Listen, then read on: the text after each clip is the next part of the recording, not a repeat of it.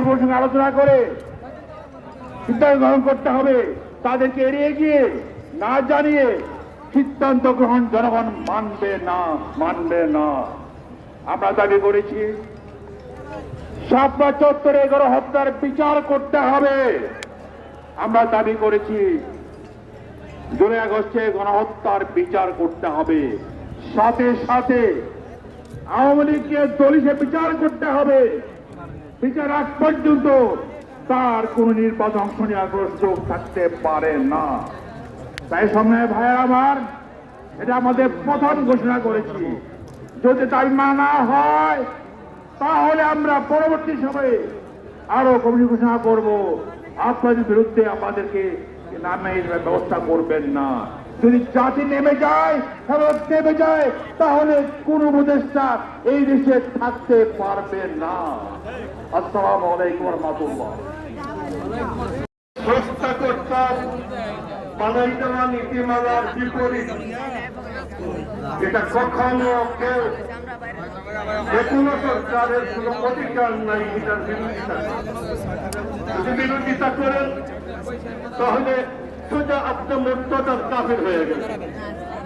আমাদের দেশে এই ধরনের মুর্তদার কাফির হওয়ার রাস্তা অবলম্বনকারী মানুষকে আমাদের দেশের চেয়ারে বসাইতে আমরা রাজি নই। দেশ বিরোধী যত ষড়যন্ত্র কোন একদিকে দৌড় দিয়ে অন্যদিকে ছিদ্র করার চান্স আমরা দিব না। সর্বদা সতর্ক থাকবো। ওলামায়ে কেরাম যদি এই দেশে সতর্ক থাকেন তাহলে এই দেশের স্বাধীনতা সার্বভৌমত্ব সংরক্ষিত থাকলে আমরা কোন ধরনের বিদেশি ষড়যন্ত্র, আমরা আওয়ামী লীগের প্রত্যাবর্তন, আমরা ইন্ডিয়ান হিন্দুদের আধিপত্য, কোন খ্রিস্টানের আধিপত্য আমাদের দেশে দেখতে চাই না। এই দেশের বাসিন্দারা তার দেশে তার মধ্যমকে সংরক্ষণ করে তার দেশের স্বাধীনতা সার্বভৌমত্বকে সংরক্ষণ করে রাখতে চায়। তার বিরুদ্ধে যে কোনো জিনিস হবে, যে কোনো ধরনের রাস্তার দেশের স্বাধীনতার বিরুদ্ধে হোক, আমাদের ধর্মের বিরুদ্ধে হোক, আমরা যে উপদেষ্টা যে প্রশাসনের কোন পর্যায়ে আছে এর কোন তরক্কা করবো না। আমরা তাদেরকে ফিনিশ করে মিসমার করে দেবো এই দেশের পাবলিককে।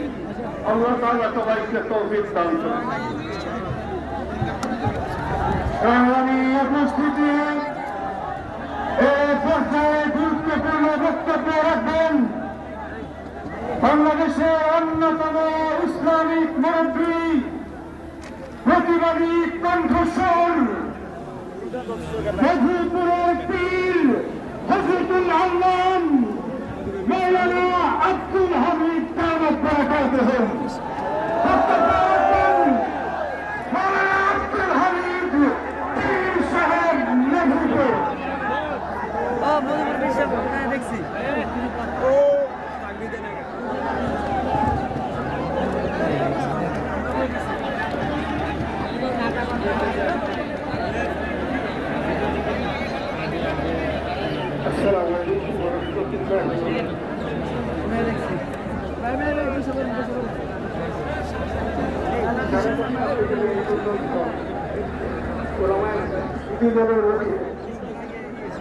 শুনলাম তা তো শুনলেনই। এখন ডক্টরের একটা কথা শুনতে চাই। सबक फिर कर सदा तबका सुजा अबका लिया जाएगा किससे काम इस उम्मत की इमामत का। डॉक्टर इंग्लिश के बोलते थे ना जब আমি হেফাজত বাবুলের হজরতকে বলতে চাই নেক্সট সবক আমাদের ফিরে করতে হবে। সত্যের সবক করতে হয়। জালিমের নেই বলে ভাই এইটা জালিমের দেশ নয়। জালিমদের সূর্যের আলোকে আমরা ভাগাই দিতে পারছি, পূজা চলে গেছে। বলছে এই দেশে হাসিনা সরকার পলায় না, হাসিনা পলায় না। মানুষের চোর ডাকাই পলায় রাত্রে অন্ধকারে, আর হাসিনা পলাইছে সূর্যের আলোকে। এই খুনি সরকারে বিশাল না কইরা ইউনুস সরকার নতুন আসছেন দেশের মধ্যে আজীবন বিদেশে ছিলেন। এদেশের অবস্থাতে জানেন না। এদেশের মানুষ কোরআন হাদিসের ভক্ত, আল্লাহ ভক্ত, নবী প্রেমিক। আপনি কেন শান্তি তৈরি করলেন নারীদেরকে দিয়ে? আপনার কবলেই অচিরেই অশান্তি আসছে। আপনি দেশে টিকতে পারবেন না। টিকতে হলে আমি হেফাজতের কাছে যা, আমি হেফাজতের বাড়ি চিরাগান, আপনার বাড়ি চিরাগান, টাকা কর দিয়া নানু বলবে তোমার ভালো হয়ে যায়।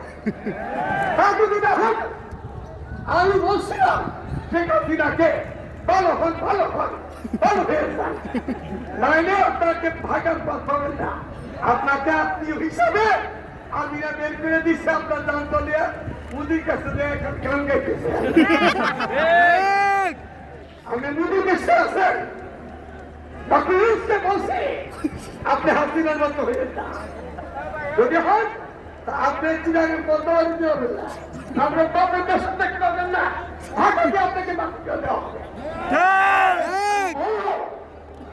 আমি হেফাজত হবে যদি এই আইন কানুনগুলি বন্ধ করা না হয়, তাহলে সময় সীমা এক মাসের ভিতরে যদি করা না হয়, সারা বাংলাদেশের লোক শুধু উদ্ধারে নয়, ঢাকার চৌকি করছে বানাইতে হবে এবং এই আইন বিষয়দেরকে বের করতে হবে।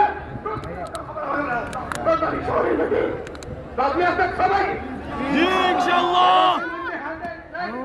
হারামের মধ্যে আরাম নাই, বাপের সাথে নেই, বাপের সাথে আমিষ নেই। এই ময়দানে আগামী অক্টোবরে কোন দলে মহাসমাবেশ খাদ্যের সংরক্ষণের সারা ব্যক্তি জানি না। আপনাদের ঘরে ঘরে আপনাদেরকে দাওয়াত পৌঁছিয়ে দেবো ইনশাআল্লাহ। ডক্টর ইউনূস যদি বাঁচতে চান তাহলে ভালো হয়ে যান, ভালো হয়ে যান, ভালো থাকবেন না। একটা হাসিনার দুর্দশা দেশকে হবে আপনার। আসসালামু আলাইকুম।